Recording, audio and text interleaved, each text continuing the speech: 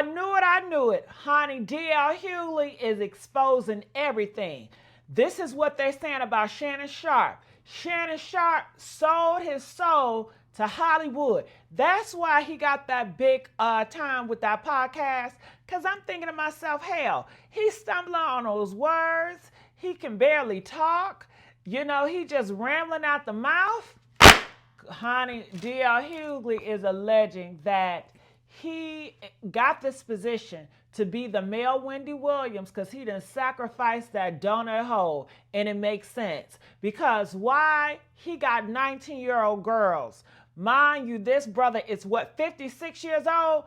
What 56-year-old straight man got 19, 17, 18-year-olds playing with his donut hole?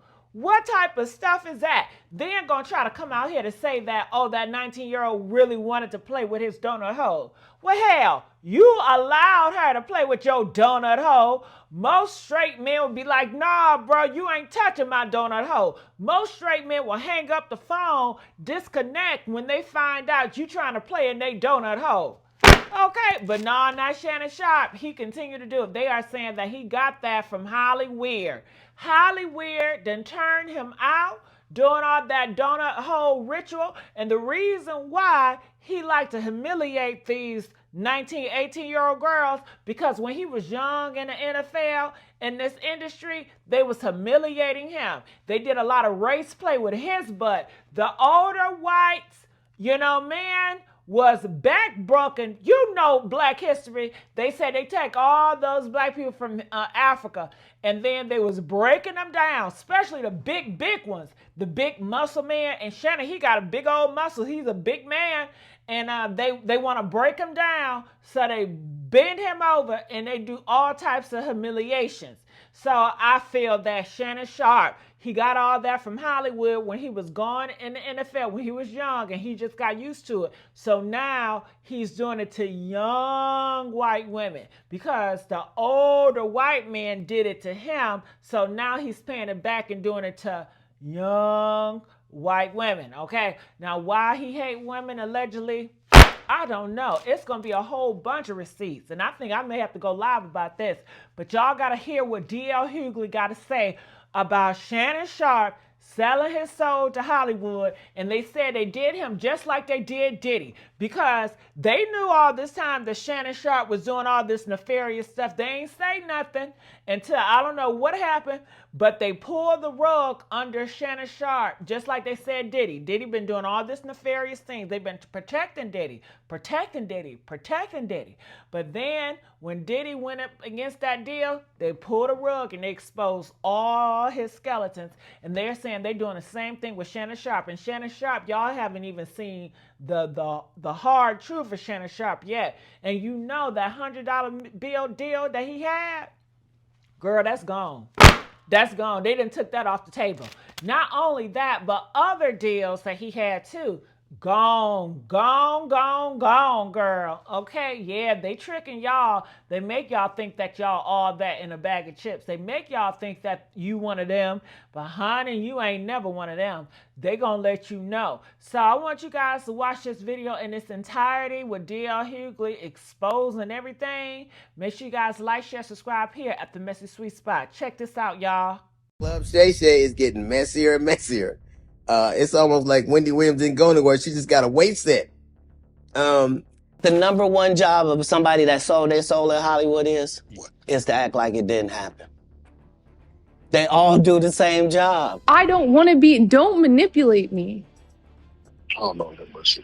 If you say that one more time, I'm going to choke the shit out of you when I see you. D.L. Hughley just joined the chat and he's spilling some major tea about how Shannon Sharpe is currently in hot water because he sold himself to industry gatekeepers and now he's paying the price. But D.L. Hughley isn't the only one saying this. So word on the block is Shannon is getting slammed with all these allegations right now because he's next to go on the guillotine. Allegedly, he made a secret oath to certain industry gatekeepers, which gave him success in the industry. But you know what they say about Hollywood? There's no free lunch. And it looks like when the gatekeepers came knocking shocking, Shannon couldn't keep up his end of the bargain. But guess what? This is only the beginning. According to industry sources, there's a whole harem of women getting ready to file their lawsuits against Shannon, and the allegations are even crazier. So, what does DL Hughley know about Shannon's situation? And is it true that Shannon is being blackmailed? Let's get into it. And I believe he's going to release a 30-second clip of a tape that tries to make me look guilty and play into every stereotype you could possibly imagine.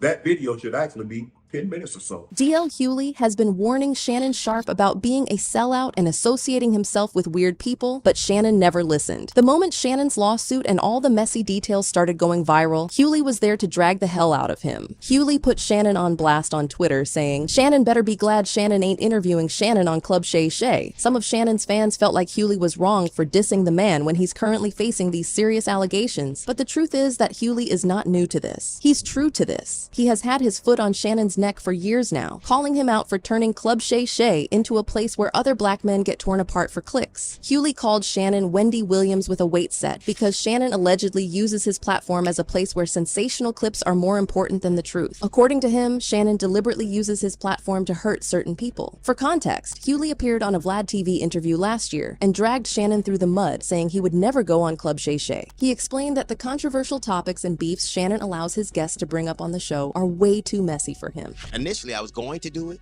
and it kept my schedule. It just didn't work out, but I'm glad I didn't. I thought it got to be too messy, and I said it out loud. I think for a while, Club Shay Shay was like Wendy Williams with a weight set. Like, this dude. I mean, it was messy. The reason that those people went on Club Shay Shay in its first iteration, early became successful, is because we saw what he did. The reason I was going to go is because we saw what Skip did to him. I said any number of things about the way Skip sunned him. Is that when he said, "Put your glass back on"? Or that was like that? So horrible to me that I think a lot of people were determined to help this black man be successful because of what had happened. Mm-hmm. And to kind of curate all that, have that place that they worked so hard for you to have, so you would have your own space, be just an amalgamation and curate all the bull that is happening in our community seemed insulting.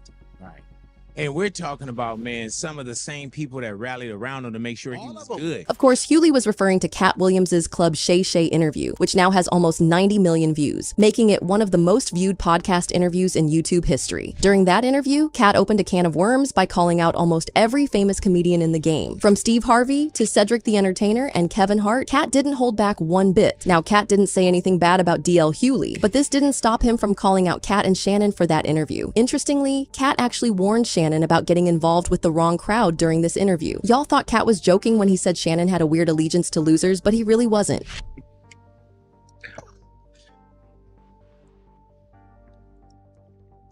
You having an unnatural allegiance to losers is not like you. Many people don't realize that during that interview, Cat was hinting at Shannon's secret relationships with some industry gatekeepers. Cat allegedly believed Shannon had sold himself out to certain powerful people in the industry. If you noticed, during that interview, Cat kept emphasizing how dangerous it was to sell your soul to the devil. By the devil, of course, he meant the industry gatekeepers and power brokers, people who decide who becomes successful and who makes it big in the industry. Cat specifically mentioned Kevin Hart as one of the people who sold his soul, saying Kevin already had his deals before coming to the industry. He also mentioned other people and hammered on the fact that when you sell your soul, you will have to keep dancing to the tune of others for the rest of your life. In 15 years in Hollywood, no one in Hollywood has a memory of going to a sold-out Kevin Hart show, there being a line for him ever getting a standing ovation at any comedy club. He already had his deals when he got here. You know what the number one job of somebody that sold their soul in Hollywood is? What? Is to act like it didn't happen. They all do the same job. Why do you think Gary Owen can't cross over and he already white and been in comedy for 25 years?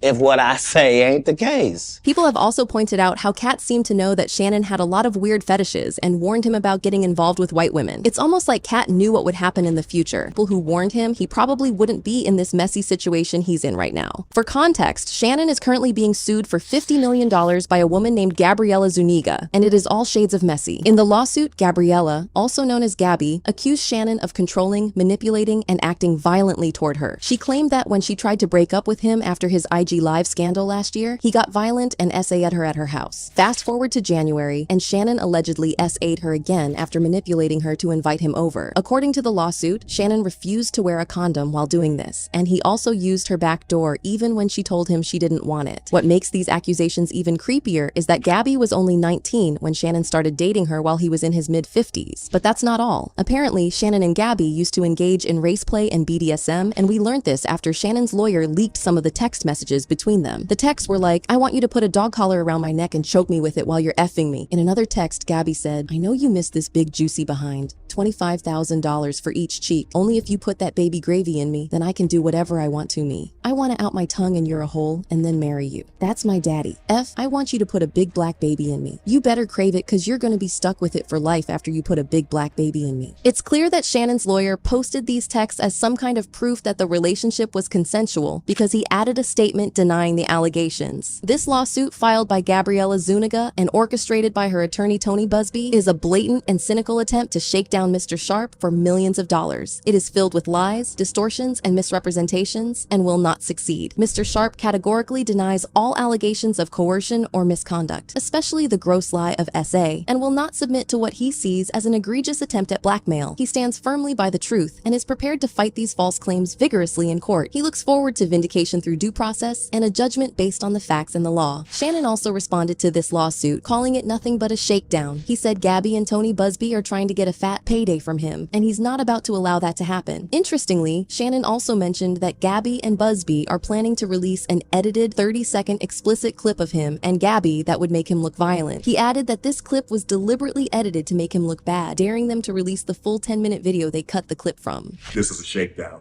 I'm going to be open, transparent, and defend myself because this isn't right.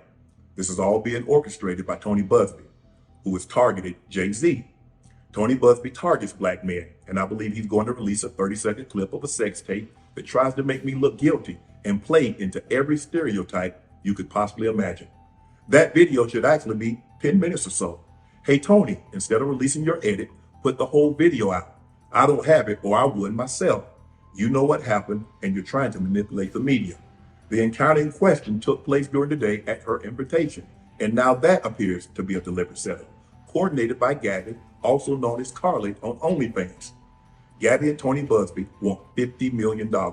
What they're getting is sued for defamation and trying to take me down. What's interesting about this is that there have been rumors floating around that the industry gatekeepers like to keep blackmail material on all the people who sold their souls to them, usually in the form of explicit videos and photos. Diddy had vaults filled with freak-off video recordings showing all your favorite celebrities doing questionable and even illegal things that would ruin their careers if they ever got out. According to industry insiders, Diddy wasn't the only one who did this, so fans couldn't help putting two and two together and concluding that Shannon had to be in some serious hot water with people at the top. Some theories are now floating around that the Gabby lawsuit is just a front by the higher-ups to get Shannon to pay for whatever he has done to them. But wait, it gets weirder because the timing of this whole thing seems really suspicious. Shannon was set to receive a whopping $100 million in a new podcast deal after his previous contract with Colin Cowherd's The Volume Podcast Network. Shannon was fielding multiple million-dollar offers because everyone wanted a piece of that Club Shay Shay influence, which isn't surprising given that the podcast has about 4 million subscribers and holds the record for the most watched podcast episode on YouTube. This new deal was supposed to take him to the next level, making him one of the most successful podcasters ever. After the insane career run he had while playing professional football, it's hard to deny how crazy it is that he has become so successful in TV and media. However, a lot of fans believe the fact that this lawsuit is coming up right at this moment seems way too calculated for it to be a coincidence. It seems like it was planned by people who had inside knowledge about Shannon's pending deal months before it was even announced. And get this, apparently, Gabby and her team had been talking to Shannon's lawyer about an out-of-court settlement for $10 million before the lawsuit was ever filed. Shannon's lawyer later revealed that they had almost concluded on the settlement, and both sides were pretty confident they wouldn't have to go to trial. But then, Gabby's side suddenly backtracked and walked away from the deal completely. Now, why would she walk away from $10 million? Well, Shannon offering to settle for that amount makes him look guilty as hell, because if he was completely innocent, he'd want to clear his name in court. Diddy settled with Cassie for allegedly $30 million, and see how that ended up. Diddy clearly knew that Cassie would win a whole lot more if she went to court because the evidence against him was overwhelming. But let's be real, even if Shannon did what he's being accused of, the chances of a 21-year-old OF model winning in court against a wealthy retired athlete and media personality are very slim. The only reason she would refuse to settle is that she has undeniable proof of Shannon doing what she accused him of. Something like an audio or video recording, photos, something that catches Shannon in the act. Now, to be fair, looking at some of the receipts that have dropped in this case, you gotta admit it's not looking good for Shannon. There have been 2 audio recordings going around where Shannon is basically implicating himself. In the first one, Gabby and Shannon are arguing and Shannon threatens to choke Gabby out. When she says she doesn't want him to do that, he says she doesn't have a choice. I don't know. Anything I say, you're just gonna get mad at, and you're just... I don't think you have a choice in the matter. According to Gabby's lawyer, Tony Busby, there's a whole lot more where those came from, so, maybe she refused to take the $10 million because she felt confident that a jury would give her more. However, there's another theory that has been floating around, and it has to do with Gabby being influenced by some powerful people to reject the deal and bleed Shannon dry in the lawsuit. A lot of people have started asking some real questions. Why did Gabby suddenly reject the offer when she was already this close to accepting it? Also, let's be real. $50 million is a huge sum of money to ask for this case, considering everything we know so far. So why ask for it? What's even more suspicious is that other industry insiders seem to be suggesting that there's a third party influencing Gabby's case. For instance, Mace and Cameron recently talked about the lawsuit on their podcast, and Mace said some pretty interesting things about it. Is like a fallacy or some kind of hoax or something like this, because he was about to get a bunch of money. And when you're about to get a bunch of money, people that hate on you just wait until you're about to get that money and rain on your parade. But we can't say that. And that's why I wanted to say it, to get Stats' opinion. I knew when I said that she was going to go, yeah. No, you can't be on your way to 100 million. I keep telling Killer, right?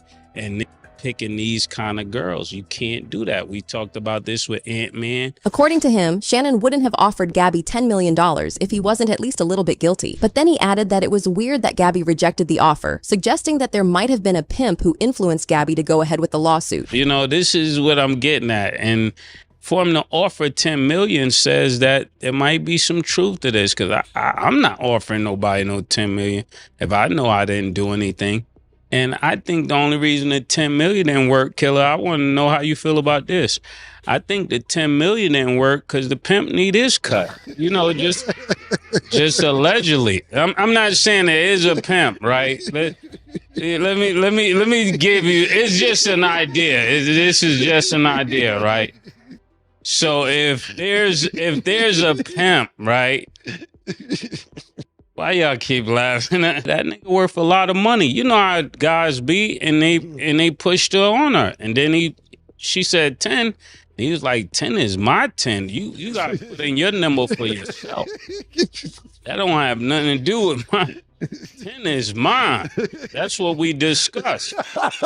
Now, Mace could have just been messing around, but it's pretty interesting that he said that. What's also interesting is that ESPN dropped Shannon like a hot potato once this lawsuit went viral. They asked him to step down from his ESPN duties, and according to insiders, the company is already looking for ways to let him go. Even Stephen A. Smith, who famously took sides with Jay-Z after Jay got sued along with Diddy, seemed to be distancing himself from Shannon. With that being said, it's important to point out a couple of things. Number one, I was not there. I can provide no eyewitness account.